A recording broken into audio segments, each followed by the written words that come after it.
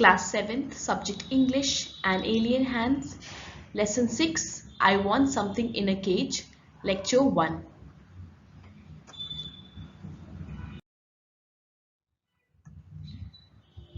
The things which we are going to discuss in this video will be the introduction of the chapter, the reading of the chapter that we'll be doing together, then the explanation of the content, comprehension check exercises will be discussed, and homework. That's mandatory.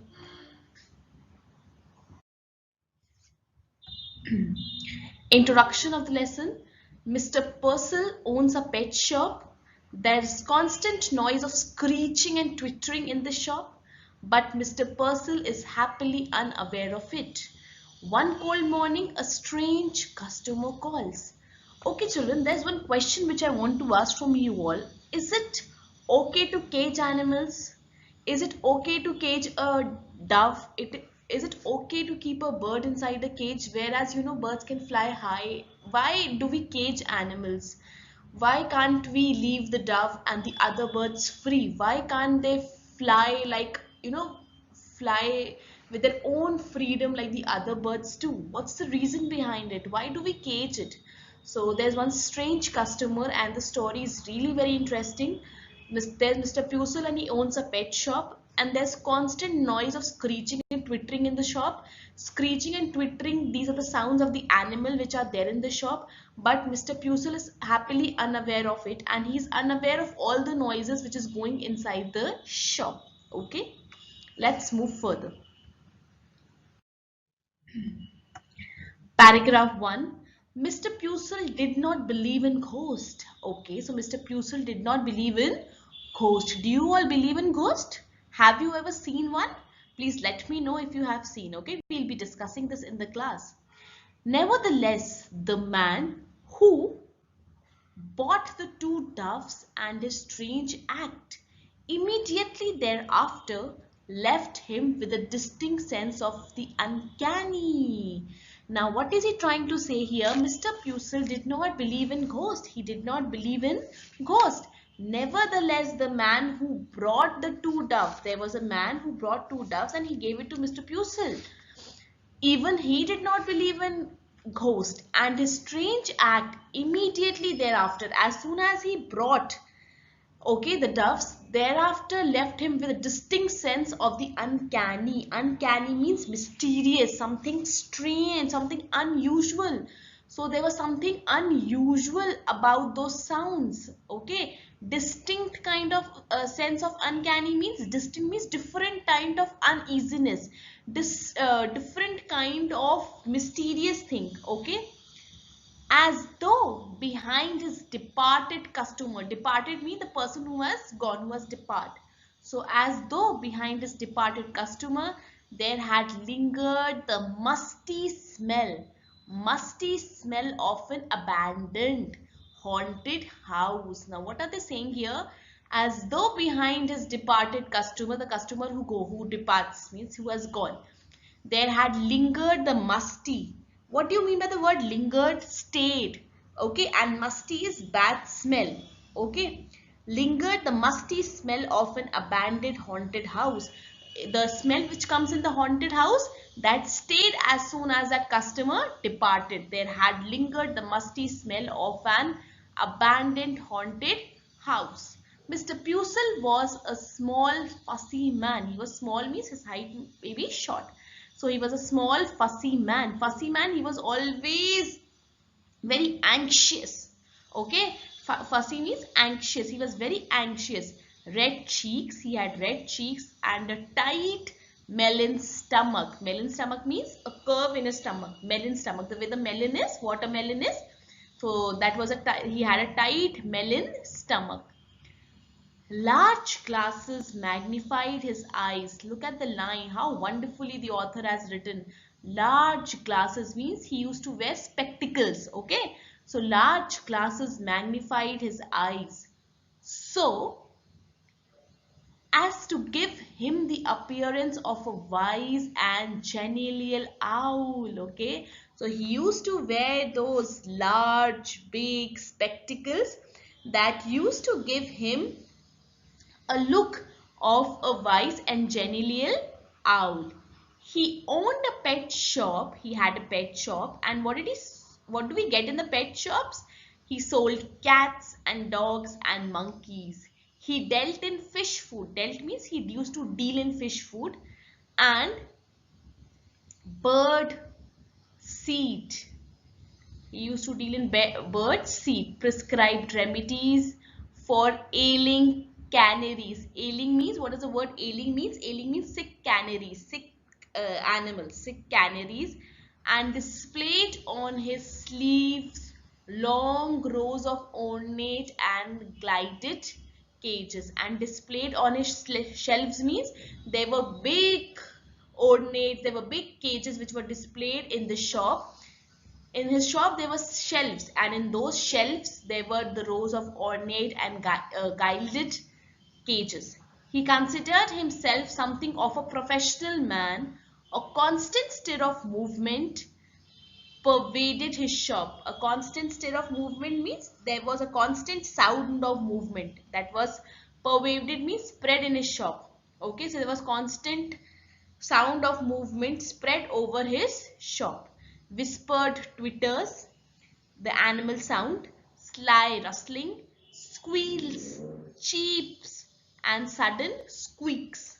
Small feet scampered in frantic circles. Let's move further. Yes. Frightened, bewildered, blindly seeking across the shelf, pulsed this endless flicker of life, and he used to keep looking at them, and that pulsed this endless flicker of life. Okay, now moving further. But the customers who came in said, aren't they cute? Look at that little cage. So the customers which come to the shop, they used to always say, aren't they cute? Look at that little cage. They are sweet. And Mr. Purcell himself would smile and briskly rub his hands and emphatically shake his head. Okay, so he used to briskly means rubbing fast. He used to rub his hand. Briskly means fast. And then emphatically shake his head. He had empathy. You know, he had empathy toward that, and he used to shake that head with generosity, you can say. Each morning when the routine of opening his shop was completed, it was the proprietor's custom to perch on a high stool. Okay. Behind the counter, unfold his morning paper and digest the day's news. As he read, he would smirk, frown, reflectively purse his lips, knowingly lift his eyebrows, nod in grave agreement. And when he used to read the newspaper, he used to smirk. Smirk means a fake smile. Frown, you know, frown means gusse mein ho jana, to become angry. Reflectively purse his lips, you chapping your lips, or folding your lips. Knowingly lift his eyebrow. When you're reading something or when you're watching something, they are constant movement. Your eyebrows get lifted up. Nod in grave agreement. Okay, whenever you're reading something, you nod your head. These are human gestures. Okay, he read everything, even advice to the lovelorn and the detailed columns of the advertisements. It was a rough day. A strong wind blew against the high plate glass windows, smoke, and the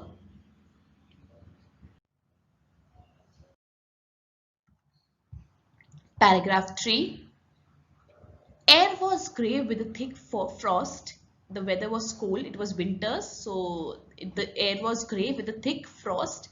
Having completed his usual task, reading the newspaper was his usual task. Okay, Mr. Purcell again mounted the high stool and unfolded his morning paper. He again did the usual task that he used to do.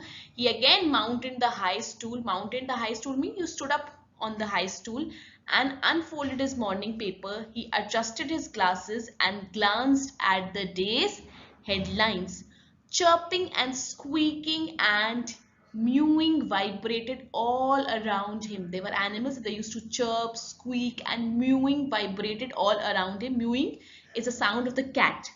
Yet Mr. Purcell heard it no more than he would heard the monotonous ticking of a familiar clock.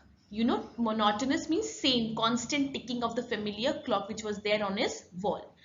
There was a bell over the door that jingled whenever a customer entered. So there was a bell over the door that jingled means that rang when a customer entered.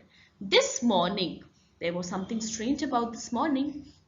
This morning, however, for the first time, Mr. Purcell could recall it failed to ring. Okay, so this was the first time when a customer entered, the bell did not jingle. Simply he glanced up and there was the stranger standing just inside the door, as if he had materialized out of thin air. The storekeeper slid off his stool. From the first instant he knew instinctively, unreasonably, that the man hated him. But out of habit he rubbed his hands briskly together, smiled and nodded. "Good morning," he beamed. "What can I do for you?" So now there was a strange customer in the shop and he was doing his daily routine work that he used to do. He used to read the newspaper. He was doing the same task. There were constant chirping of the birds and everything going around. He was sitting on his table and chair and he was busy reading the newspaper. There was something in his shop that whenever somebody used to enter, the bell over the door used to jingle. But this morning there was something strange. For the very first time, the bell did not ring. Okay, so there was a strange customer in his shop. This is the first part of the story.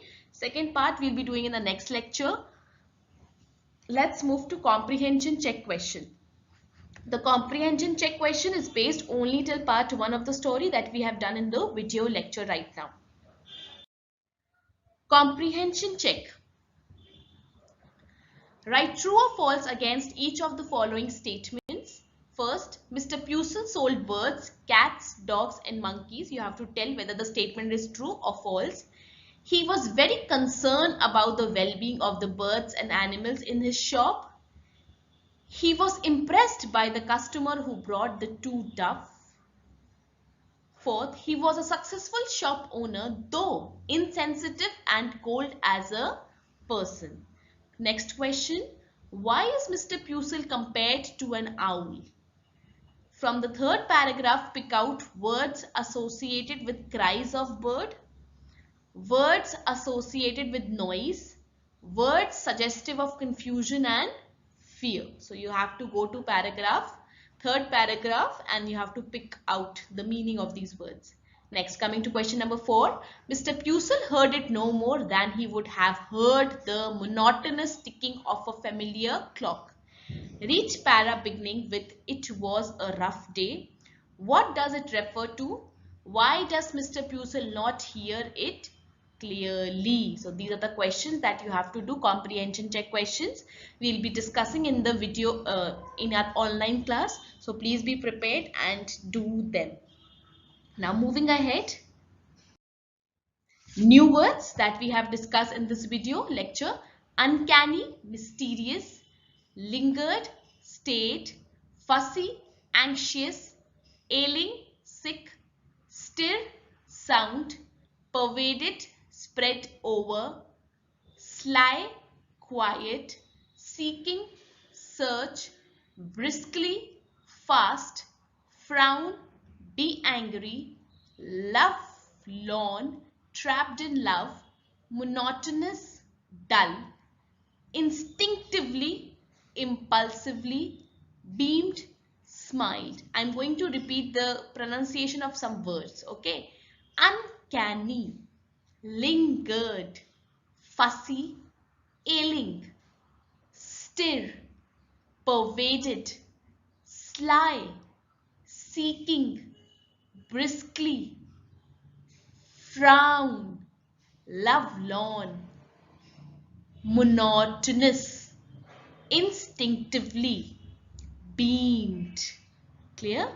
So please try looking at the mirror and stand there and speak these words again, okay, as per the pronunciation which has been taught. You have to write these new words in your fair notebook, in your fair English notebook. Moving ahead. Yes, very important. Homework. You have to read the lesson. You have to read till complete part 1 of the lesson.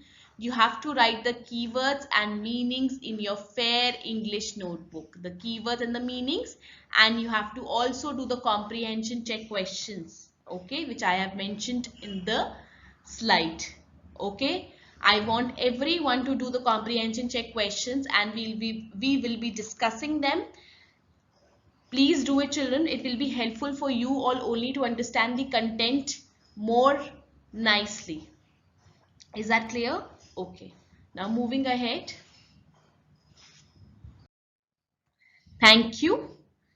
Please read the lesson. That's my request. That's all what I want from you all. I hope you all will find the first part of the story interesting.